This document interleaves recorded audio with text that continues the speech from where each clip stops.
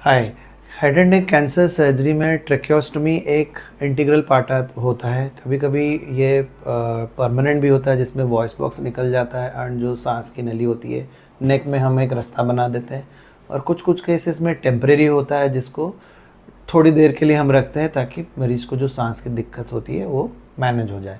लेकिन ट्रेकियोस्टोमी होने के बाद जो इनहेरेंट उसके प्रॉब्लम होते हैं, सांस का हमारा जो रहता है नाक नाक काफ़ी चीज़ों का फंक्शन करता है, जैसे कि उसमें हेयर की वजह से डस्ट पार्टिकल हुआ या जो टेम्परेचर होता है डायरेक्टली जो हमारा एनवायरनमेंट का एयर होता है ठंडा होता है गर्म होता है, नाक उसको फिल्टर करता है और टेम्परेचर को रेगुलेट करता है।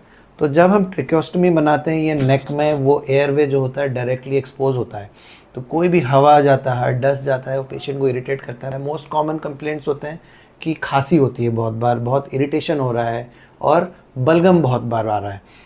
तो इसका एक सिंपल सा सोल्यूशन हम एडवाइस करते हैं मरीज़ को। एक तो जो ट्रेकियोस्टोमी ट्यूब डलती है उसमें एक हीट मॉइस्ट एक्सचेंजर होता है जिसको हम ट्यूब में लगा सकते हैं। तो हीट मॉइस्ट एक्सचेंजर जो नाक का काम होता है वो कर सकता है, लेकिन अनफॉर्चुनेटली वो एक्सचेंजर 1 या 2 दिन में वो ब्लॉक हो जाता है क्योंकि हमारे सिक्रेशन आते हैं उस ट्यूब को ब्लॉक कर देता है। तो नेक्स्ट हम जो सोल्यूशन पेशेंट को एडवाइस करते हैं थोड़ा सा फ्रेंडली होता है, इकोनॉमिकल भी होता है, जिसको हम बोलते हैं बिब। जो कि बिब एक इस तरह का प्रोडक्ट होता है जिसमें आप देख सकते हैं ये नेट जैसा है, मैश है, बट सिंपल कपड़ा टाइप नहीं है, ये पोरस होता है। तो इसमें से एयर होता है वो आसानी से जा सकता है। तो जब भी यहाँ पे कोई ट्रेकियोस्टोमी ट्यूब होती है ये नेक पे हम जैसे छोटे बच्चों में खाना खाते हैं वो इसको बांधते हैं बिब की तरह, सेम तरीका ये भी होता है और इसको हम बांध देते हैं। और इसके पीछे ये वॉशेबल भी होता है और इसमें सांस लेने में कोई दिक्कत नहीं होती है। क्या फंक्शन करता है, क्योंकि इसमें पोरस है, ये आपका जो भी डस्ट हुआ या टेम्परेचर का जो रहता है वो थोड़ा सा फिल्टर आउट कर देता है, जो डायरेक्ट हमारा एयरवे होता है एक्सपोज होता है प्रिवेंट करता है।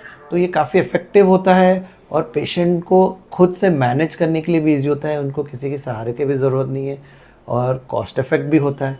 तो ये प्रोडक्ट हम जनरली ट्रेकियोस्टोमी पेशेंट जिनका होता है या लैरिंजेक्टमी जिनका परमानेंट ट्रेकियोस्टोमी बन जाता है उनके लिए हम एडवाइस करते हैं और ये काफ़ी इफेक्टिव होता है।